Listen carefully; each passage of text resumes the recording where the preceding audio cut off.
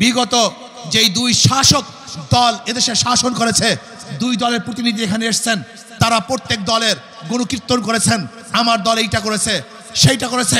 বিশ্বাস করি অবশ্যই আপনার দল এইটা করেছে সেইটা করেছে, কিন্তু আপনার দল কি পরিমাণে চুরি করছে সেই বক্তব্য আপনারা দিতে ব্যর্থ হয়েছেন। আপনাদের দল কিভাবে ধর্ষণ করেছে সেই সংখ্যা পেশ করতে ব্যর্থ হয়েছেন।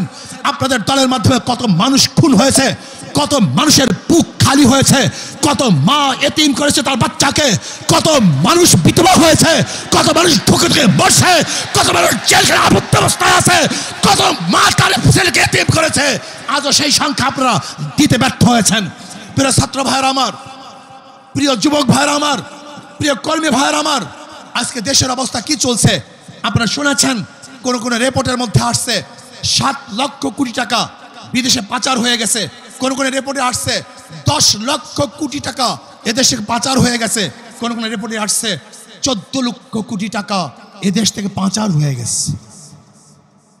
যে সাম্য, মানবিক মর্যাদা এবং সামাজিক ন্যায় বিচার প্রতিষ্ঠা করার জন্য এদেশের মানুষ আন্দোলন করেছিল, সংগ্রাম করেছিল, না আজকেও সামাজিক ন্যায় বিচার প্রতিষ্ঠা হয় নাই।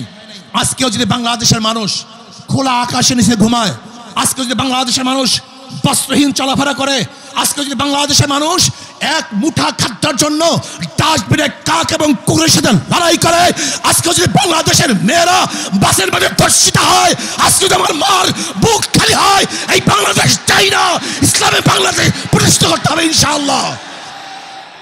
প্রিয় ভাইয়ের আমার, এর জন্য আন্দোলন করতে হবে, সংগ্রাম করতে হবে, ঝাঁপিয়ে পড়তে হবে। আপনারা জানেন তাজা রক্ত ঢালার আগ পর্যন্ত কোনোদিন অন্যায় দূর হয় নাই, হতে পারে না। আমাদের বুকের তাজা রক্ত যদি ঢেলে দিতে পারি ইনশাআল্লাহ সেই রক্তের স্রোতে অন্যায় ভেসে যাবে ইনশাআল্লাহ। এর জন্য রক্ত দেওয়ার জন্য প্রস্তুত আছেন ইনশাআল্লাহ।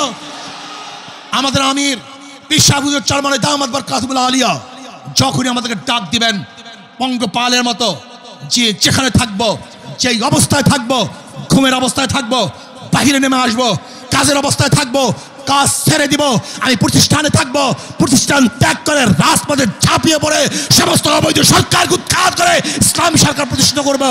আল্লাহ আমাকে এবং আমাদের সবাইকে এই কাজ করার তৌফিক দান করেন। আমা আলাইনা ইল্লাল বালাগ। আসসালামু আলাইকুম ওয়া রাহমাতুল্লাহ।